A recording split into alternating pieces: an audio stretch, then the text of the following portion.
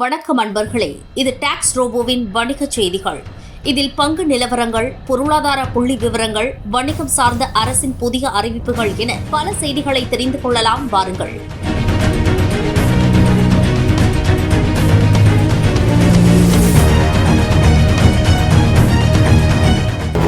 அரசு மாணவர்களுக்கு இலவசமாக 20 லட்சம் மிட் ஸ்பெக் லேப்டாப்புகளை வழங்கும் திட்டத்தின் ஒரு பகுதியாக முதல் கட்டமாக 10 லட்சம் லேப்டாப்புகளுக்கான சர்வதேச டெண்டரை வெளியிட்டுள்ளது. இந்த ஒப்பந்தத்தின் மதிப்பு 2000 கோடி ரூபாய் ஆகும். அதோடு ஒவ்வொரு லேப்டாப்பும் சுமார் 20,000 ரூபாய் மதிப்பில் வழங்கப்படும் என்றும் அறிவிப்பு வெளியாகியுள்ளது.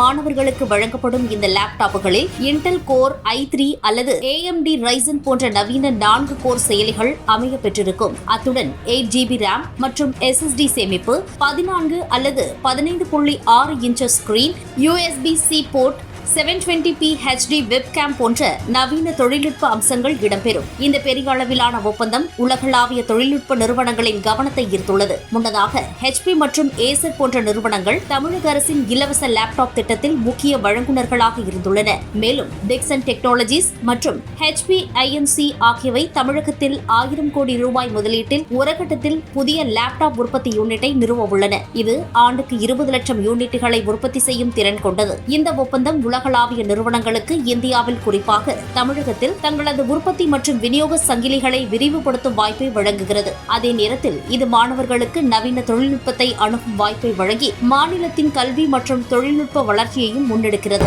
மகாராஷ்டிர மாநிலத்தில் உள்ள ஜல்னாவில் ஒரு ஸ்டார்ட் அப் நிறுவனம் குப்பைகளை மறுசுழற்சி செய்து புதிய மற்றும் பயன்பாட்டு பொருட்களாக மாற்றுவதன் மூலம் சுற்றுச்சூழலை பாதுகாக்கும் முயற்சியில் ஈடுபட்டுள்ளதாக பிரதமர் மோடி பெருமிதம் தெரிவித்துள்ளார். பிரதமர் மோடி தனது சமீபத்திய மன் கி பாத் எனும் மனதின் குரல் நிகழ்ச்சியின் இந்த நிறுவனத்தை பாராட்டி அதன் சமூக மற்றும் சுற்றுச்சூழல் தாக்கத்தை உயர்த்தியுள்ளார். இந்த முயற்சியானது உள்ளூர் சமூகங்களுக்கு வேலை வாய்ப்புகளை உருவாக்கி சமூக மற்றும் பொருளாதார முன்னேற்றத்தை ஊக்குவிக்கிறது என்றும் தெரிவித்துள்ளார். இந்த தொடக்க நிறுவனத்தின் முயற்சி குப்பையில் இருந்து செல்வம் என்ற கொள்கையின் ஒரு சிறந்த உதாரணமாகும். மேலும் இது மற்ற தொடக்க நிறுவனங்களுக்கு ஒரு வழிகாட்டியாக இருக்கும் என்றும் அந்நிறுவனத்தை மனதார பாராட்டினார். இந்தியா இப்பொழுது உலகின் மிகப்பெரிய பொருளாதார வளர்ச்சி உள்ள நாடுகளின் வரிசையில் 4வது இடத்தை பிடித்துள்ளது என நிதி ஆயோக்கின் தலைமை நிர்வாக அதிகாரி சுப்பிரமணியம் கருத்து தெரிவித்துள்ளார். நிதி ஆயோக்கின் 10வது நிர்வாக குழு கூட்டம் மோடி தலைமையில் நடைபெற்றது. கூட்டத்திற்கு பின் செய்தியாளர்களிடம் பேசிய அவர், இந்தியாவின் பொருளாதார வளர்ச்சி $4 டிரில்லியன் உள்ளதாகவும் நாம் சரியான பாதையில் தொடர்ந்து பயணித்தால் அடுத்த 3 ஆண்டுகளில் நாம் 3வது பெரிய பொருளாதாரமாக மாறுவோம் எனவும் திரு சுப்பிரமணியம் நம்பிக்கை தெரிவித்தார். அமெரிக்க அதிபர் டொனால்டு டிரம்ப் வரி விதிப்பால் உலகின் பிற நாடுகள் சிக்கலில் இருக்கும் நேரத்தில் உலகின் 4வது பெரிய பொருளாதாரமாக இந்தியா இந்த மைல்கல்லை எட்டியுள்ளது என்றும், பாகிஸ்தானுடனான பதற்றம் இந்திய பொருளாதார வளர்ச்சியில் எந்த தாக்கத்தையும் ஏற்படுத்தவில்லை எனவும், இந்தியா நீண்ட காலமாக உலகில் வேகமாக வளர்ந்து வரும் பொருளாதாரமாக இருந்து தற்போது ஜப்பானை பின்னுக்கு தள்ளியுள்ளதாகவும் பெருமையுடன் தெரிவித்தனர். எலான் மஸ்கின் ஸ்பேஸ் எக்ஸ் நிறுவனத்தின் ஸ்டார்லிங் செயற்கைக்கோள் இணைய சேவை இந்தியாவில் விரைவில் அறிமுகமாக உள்ளது. இந்த சேவை இந்தியாவின் தொலைதூர மற்றும் பின்தங்கிய பகுதிகளில் உயர்வேக இணையத்தை வழங்கும் நோக்கத்துடன் செயல்படுகிறது.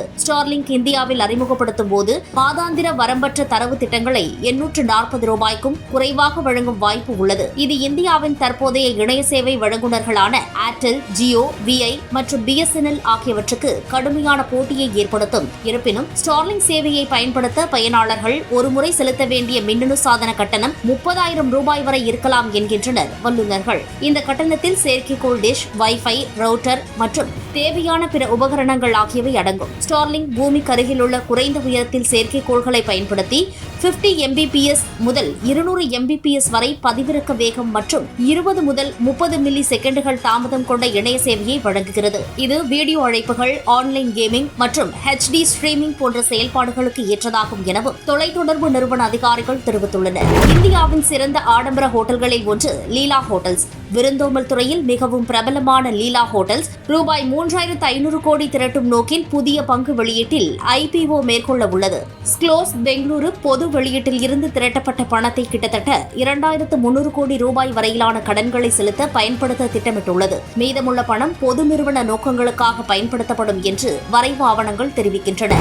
வாங்கிய கடனை முழுமையாக திருப்பி செலுத்திய பிறகும் வேறொருவர் வாங்கிய கடனுக்கு ஜாமீன் உத்தரவாதம் அளித்திருந்தால் நிலுவை இல்லை என்பதற்கான என்ஓசி சான்றளிக்க மறுக்கக்கூடாது என வங்கி நிர்வாகங்களுக்கு சென்னை உயர்நீதிமன்றம் உத்தரவிட்டுள்ளது. பாலாஜி என்பவர் தனியார் வங்கி ஒன்றில் தனது டேங்கர் லாரிக்காக கடன் பெற்றிருந்தார். வாங்கிய கடன் தொகையை வட்டியும் முதலுமாக முறையாக திருப்பி செலுத்திய நிலையில் அதற்கான நிலுவை இல்லை என்பதற்கான என்ஓசி சான்று வழங்கும்படி வங்கி நிர்வாகத்திடம் கோரினார். ஆனால் அதே வங்கியில் மற்றொருவர் வாகனத்துக்காக வாங்கிய கடன் தொகைக்கு பாலாஜி ஜாமீன் உத்தரவாதம் அளித்துள்ளதை காரணம் காட்டி அவருக்கு என்ஓசி வழங்க முடியாது என வங்கி நிர்வாகம் மறுப்பு தெரிவித்தது. இதை எதிர்த்து சென்னை உயர்நீதிமன்றத்தில் பாலாஜி வழக்கு தொடர்ந்தார். இந்த வழக்கை விசாரித்த நீதிபதி மனுதாரர் தனது வாகனத்துக்காக வாங்கிய கடனை வட்டியும் முதலுமாக முழுமையாக திருப்பி செலுத்திய பிறகும் வேறொருவர் வாங்கிய கடனுக்கு அவர் ஜாமீன் உத்தரவாதம் அளித்திருந்தார் என்பதற்காக அவருக்கு நிலுவையில்லா சான்றளிக்க முடியாது என வங்கி நிர்வாகம் மறுப்பது ஏற்புடையதல்ல என்றும் அவருக்கு நிலுவையில்லா சான்று வழங்குவதுடன் டேங்கர் லாரி தொடர்பான ஆவணங்களையும் திருப்பி வழங்க வேண்டும் எனவும் சென்னை உயர்நீதிமன்றம் அதிரடி உத்தரவு பிறப்பித்துள்ளது.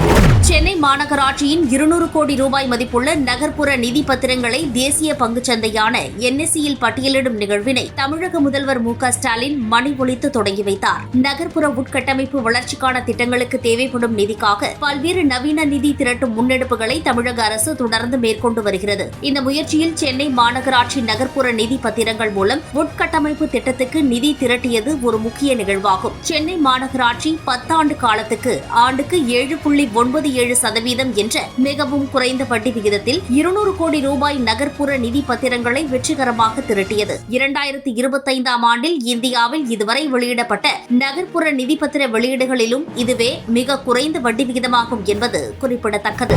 பிரதமர் நரேந்திர மோடி 2 நாள் பயணமாக குஜராத் சென்றார். அங்குள்ள புஜ் நகரில் நடைபெறும் நிகழ்ச்சியில் 53,400 கோடி ரூபாய் மதிப்பில் நிறைவடைந்த திட்டங்களை தொடங்கி வைப்பதுடன் புதிய திட்டங்களுக்கும் பிரதமர் அடிக்கல் நாட்டினார். பின்னர் தாஹோத் நகரில் 9,000 குதிரை திறன் கொண்ட உள்நாட்டிலேயே வடிவமைக்கப்பட்ட முதலாவது மின்சார ரயில் எஞ்சினை பிரதமர் நரேந்திர மோடி கொடியசைத்து தொடங்கி வைத்தார். மேலும் ரயில் எஞ்சின் வடிவமைப்பு தொழிற்சாலையையும் அவர் பார்வையிட்டார். இந்த நிகழ்வை தொடர்ந்து அங்கு நடைபெற்ற நிகழ்ச்சியில் 28,000 கோடி ரூபாய் மதிப்பிலான புதிய ரயில்வே திட்டங்களை பிரதமர் நரேந்திர மோடி தொடங்கி வைத்தார். மத்திய அரசும் மாநில அரசுகளும் ஒன்றிணைந்து செயல்பட வேண்டும் என்றும் நாம் ஓரணியாக செயல்பட்டால் எந்தவொரு லட்சியத்தையும் எளிதாக எட்ட முடியும் என்றும் பிரதமர் நரேந்திர மோடி நிதி ஆயோக் கூட்டத்திற்கு பின் தெரிவித்தார். நாடு முழுவதும் உள்ள நகரங்கள் கிராமங்கள் வளர்ச்சியடைய வேண்டும் என்ற பிரதமர் வளர்ச்சி திட்ட பணிகளை விரைவுபடுத்த எதிர்காலத்துக்கு ஏற்ற வகையில் நகரங்களை கட்டமைக்க வேண்டும் எனவும் கூறினார். அனைத்து மாநிலங்களிலும் சர்வதேச தரத்துக்கிணையாக ஒரு சுற்றுலா தலத்தை உருவாக்க வேண்டும் என்ற பிரதமர் வளர்ச்சி புதுமை கண்டுபிடிப்புகளுக்கு முன்னுரிமை அளித்தால் நகரங்கள்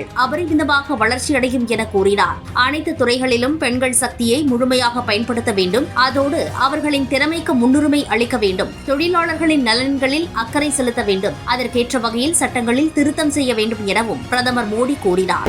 அமெரிக்காவில் விற்பனை செய்யப்படும் ஆப்பிள் ஐபோன்கள் அனைத்தும் உள்நாட்டிலேயே உற்பத்தி செய்யப்பட வேண்டும் எனவும் இந்தியா அல்லது வெளியே எங்கு உற்பத்தி செய்தாலும் 25% வரியை சந்திக்க நேரிடும் என்று அமெரிக்க அதிபர் டொனால்டு டிரம்ப் எச்சரித்துள்ளார். ஆப்பிள் தலைமை செயல் அதிகாரி டிம் குக் ஆப்பிள் ஐபோன் உற்பத்தியை விரிவுபடுத்த திட்டமிட்டு இந்தியாவில் உற்பத்தி ஆலையை தொடங்கவிருக்கும் நிலையில் அமெரிக்க அதிபர் டொனால்டு டிரம்ப் இந்த எச்சரிக்கையை விடுத்துள்ளார். தற்போது ஆப்பிள் ஐபோன் நிறுவனம் கிட்டத்தட்ட 60 மில்லியன் ஐபோன்களை ஆண்டுதோறும் அமெரிக்காவில் விற்பனை செய்து வருகிறது. அதன் உற்பத்தியில் 80% சீனாவில் தயாரிக்கப்படுபவை என்பது குறிப்பிடத்தக்கது. புதுவை அரசின் பால் உற்பத்தி நிறுவனமான பான்லேவில் ஊழியர்கள் சரியான முறையில் பணி செய்யாததால் 27 கோடி ரூபாய் நஷ்டத்தில் இயங்குவதாக முதலமைச்சர் ரங்கசாமி வேதனை தெரிவித்துள்ளார். பான்லே நிறுவனம் குஜராத் கூட்டுறவு பால் விற்பனை இணையத்துடன் கொண்ட ஒப்பந்தத்தின் அடிப்படையில் நாள் ஒன்றுக்கு 20,000 லிட்டர் ஐஸ்கிரீம் உற்பத்தி செய்யும் மையம் 34 கோடி ரூபாய் மதிப்பீட்டில் நிறுவப்பட உள்ளது. இதற்கான அடிக்கல் நாட்டு விழாவில் கலந்து கொண்ட முதலமைச்சர் ரங்கசாமி பான்லேவில் பாதி பேர்தான் வேலை செய்கின்றனர் என்றும் மீதி பேர் எங்கே உள்ளனர் என்றே தெரியவில்லை என்றும் கூறினார். அன்றாடம் நிகழும் வணிகச் செய்திகளை அவ்வப்போது தெரிந்து கொள்ள தொடர்ந்து இணைந்திருங்கள். TAXROBO வணிகச் செய்திகள். இது குறித்த உங்களுடைய கருத்துக்களையும் பொருளாதாரம் குறித்த யூகங்களையும் அல்லது வர்த்தகம் சார்பான பிரத்யேக விவரங்கள் வேண்டுமெனில் அதனையும் கமெண்ட் பாக்ஸில் கட்டாயம் பதிவிடுங்கள்.